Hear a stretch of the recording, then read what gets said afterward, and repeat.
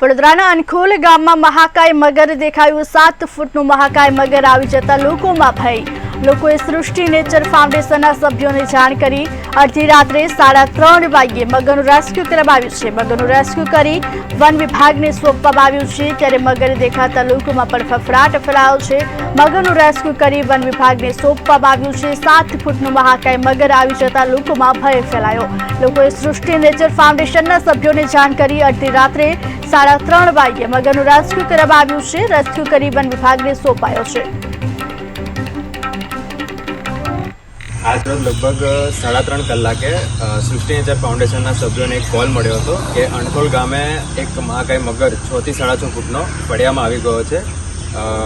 One विभाग ने जाण कर्या बाद अमे त्या मगरनुं सुरक्षित रीते रेस्क्यू कर्युं हतुं अने वन विभागमां नितिन पटेलने सुरक्षित रीते जमा कराव्यो हतो।